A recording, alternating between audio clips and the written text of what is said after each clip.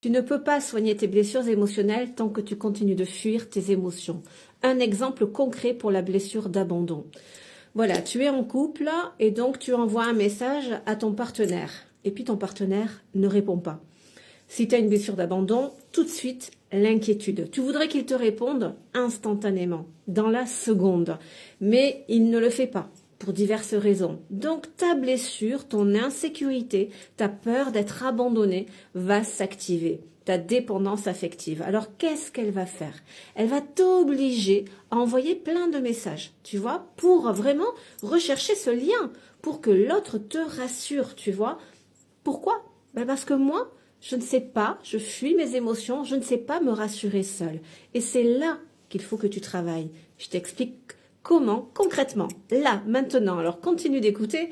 Effectivement, voilà, imagine, t'as envoyé le message et il ne répond pas. Eh bien, plutôt que de subir les processus de la peur et de la dépendance affective, essaie vraiment de prendre de la distance avec toi. Toi, tu es l'adulte aujourd'hui et cette peur qui s'active, c'est la mémoire de ton enfant intérieur. Il a ressenti de l'abandon, tu vois, quand il était enfant. Donc, il y a cette peur qui se réactive. Donc, c'est très important de prendre cette distance. Et toi, tu dois être le parent mature et responsable pour ton enfant intérieur. Et alors, effectivement, d'entrer en contact avec cette part de toi qui a peur. Et c'est ça, l'accueil des émotions, travailler concrètement à guérir sa blessure d'abandon, c'est ne pas abandonner son émotion. Je te rappelle que si on l'a, c'est parce qu'on n'a pas été assez rassuré. Donc si moi aujourd'hui je me rassure pas, je répète les schémas. Donc là, au contraire, j'accueille ma peur et je lui parle avec beaucoup d'amour et de bienveillance. Ok, je te vois, tu as peur parce qu'il ne répond pas, tu as peur d'être abandonné, tu as peur qu'il t'abandonne aussi, tu vois. Et tu peux lui dire, je comprends pourquoi. Tu as déjà vécu tellement ça, cette souffrance quand tu étais enfant, que tu as peur d'y être confronté à nouveau. Tu vois, déjà de le verbaliser, de le conscientiser, ça permet de libérer, tu vois. Mais après, tu dois avoir cette posture du parent responsable et de le ramener aux faits aujourd'hui, ici et maintenant, à la réalité et plus aux souvenirs de passé et lui dire tout simplement, mais écoute, s'il ne répond pas, c'est parce que il est très certainement occupé, il travaille ou il a un rendez-vous. Enfin, tu vois, tu ramènes ta peur à la raison. Tu viens vraiment amener de la raison dans ta peur. Et puis tu lui expliques, dès qu'il aura un moment, il rappellera. Enfin, tu vois, là, tu développes ton autonomie émotionnelle. Tu prends la responsabilité de ton émotion et c'est toi-même qui vient la rassurer, tu vois. Et tout ça, c'est important, avec beaucoup d'amour et de bienveillance, de non-jugement et de compassion.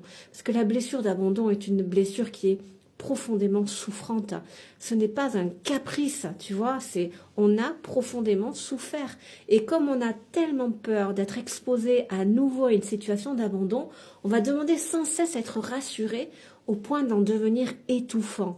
Et là est le risque, là est le piège, parce qu'on étouffe tellement que l'autre, finalement, il peut partir.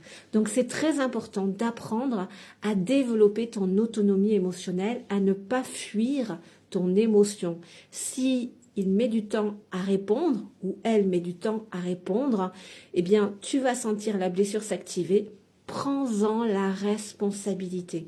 Parle à ton enfant intérieur. C'est le petit toi qui a peur d'être abandonné à nouveau. Donc parle-lui déjà pour lui dire que toi, l'adulte, tu es là. Tu ne l'abandonnes pas et tu l'entends et tu l'écoutes. Et que tu comprends sa peur, tu comprends son émotion parce que vous avez déjà souffert de ce manque affectif, de cette sensation d'abandon. Mais ensuite, tu vois, en cela, tu l'accueilles, ton émotion, les tensions peuvent se libérer.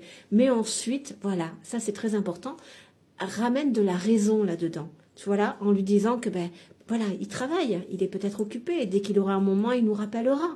Ou il a un rendez-vous, peu importe, mais déjà de venir rassurer cette mémoire traumatique qui s'active en toi, et puis après, bien sûr, de lui proposer quelque chose. Une fois que l'émotion est libérée, de parler à ton enfant intérieur, et qu'est-ce que tu voudrais qu'on fasse maintenant? Est-ce que tu veux qu'on aille se promener? Est-ce que tu veux qu'on aille manger une glace? Enfin, peu importe, tu vois.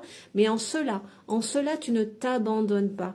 Tu t'offres cette qualité de présence, et tu deviens, au fur et à mesure, un port d'attache solide pour toi. Tu développes cette autonomie émotionnelle. Bien à toi.